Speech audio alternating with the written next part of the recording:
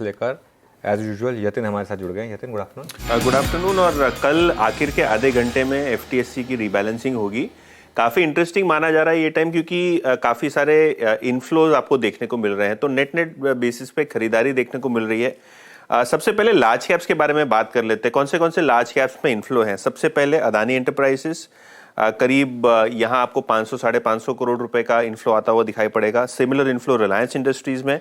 इसके अलावा Wipro, PNB, Bajaj finance में हल्के फुल्के आपको बाय फ्लोज आते हुए नजर आएंगे। तो ओवरऑल बेसिस पे अगर आप देखें तो ये जो 5 नाम है यहाँ सबसे मैक्सिमम आउटफ्लो है। हाँ, एक बात आपको अग्री करनी पड़ेगी कि एमएससीआई जितना बड़ा एफटीएससी का रीबैलेंसिंग नहीं होता, लेकिन अगले 5 स्टॉक्स देखिए जहां सबसे बड़ा इन्फ्लो आपको दिखेगा। Varun beverages, Adani transmission, global health care यानी मेदांता, पिरामल फार्मा और भारत इलेक्ट्रॉनिक्स। तो ये जो 5 नाम है यहाँ आपको औसत 200-300 करोड़ के बीच की बाइंग फ्लो आती हुई दिखाई पड़ेगी। अगर हम अदानी ट्रांसमिशन की बात करें तो स्टॉक 4,000 रुपए के लेवल से 800 रुपए तक चला गया था। एमएससीआई की रीबैलेंसिंग में सेल फ्लोज थे, लेकिन एफटीएससी में खरीदारी है। मेदांता का स्टॉक नए रिकॉर्ड हाइस पे है। ऑब्वियसली शायद ये जो फैक्टर इन कर रहा है कल की खरीदारी, उसको लेके एक्साइटमेंट, क्योंकि 20 लाख शेयर्स का इन्फ्लो है। और पिरामल फार्मा, ये भी स्टॉक अगर आप देखेंगे तो 80 रुपए से 90 रुपए की जर्नी हुई है पिछले थोड़े दिनों में, और यहाँ करीब 1 करोड़ शेयर्स की आपको बाइंग होती हुई दिखाई पड़ेगी। 1 करोड़ से थोड़े ज्यादा है, लेकिन हाँ यहाँ भी काफी इंटरेस्टिंग फ्लोज हैं। फ्लिप साइड पे कौन से शेयर्स में सेलिंग फ्लो है, तो आईटी स्टॉक्स पे नजर रखिए। इन्फोसिस, एचसीएल टेक्नोलॉजीज और टीसीएस, इन तीनों में सेल फ्लोज रहेंगे। बहुत ही माइनर सेल फ्लोज हैं, लेकिन हाँ आईटी स्टॉक्स 2-3 दिनों से प्रेशर में है, तो शायद ये प्रेशर को बढ़ा सकता है। इसके अलावा इक्विटा स्मॉल फाइनेंस बैंक और एचयूएल, इन दोनों काउंटर्स में भी हल्की पुल्की सेलिंग आपको दिखाई पड़ रही है। नेट इन्फ्लोज ही है, लेकिन जो 5 मिड कैप्स हमने डिस्कस किए, शायद वहां थोड़ा बहुत आखिर के आधे घंटे में कल एक्साइटमेंट रह सकती है।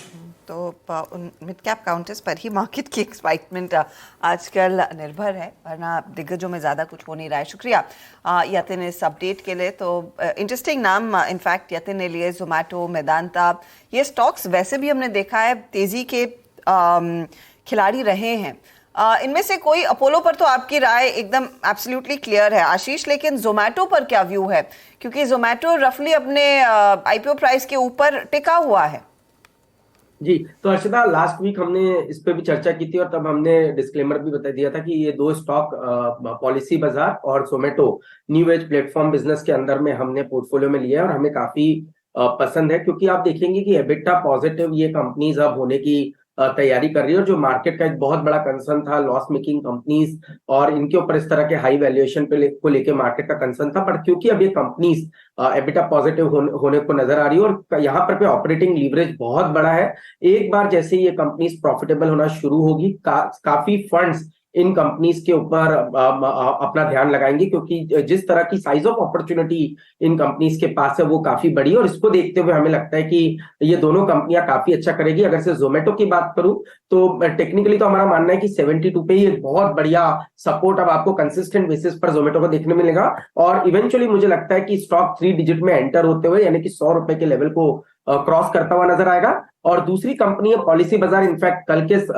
शो में हमने इसके बारे में इसको रिकमेंडेशन भी दी थी, और मुझे लगता है कि जिस तरह से ये स्टॉक में वॉल्यूम पार्टिसिपेशन हो रहा है, ये स्टॉक बहुत जल्द आपको 720-730 के ऊपर जाता हुआ नजर आएगा। ओके, चलिए, तो ये बात हो गई ये सब एमएससीआई रिलेटेड स्टॉक्स की।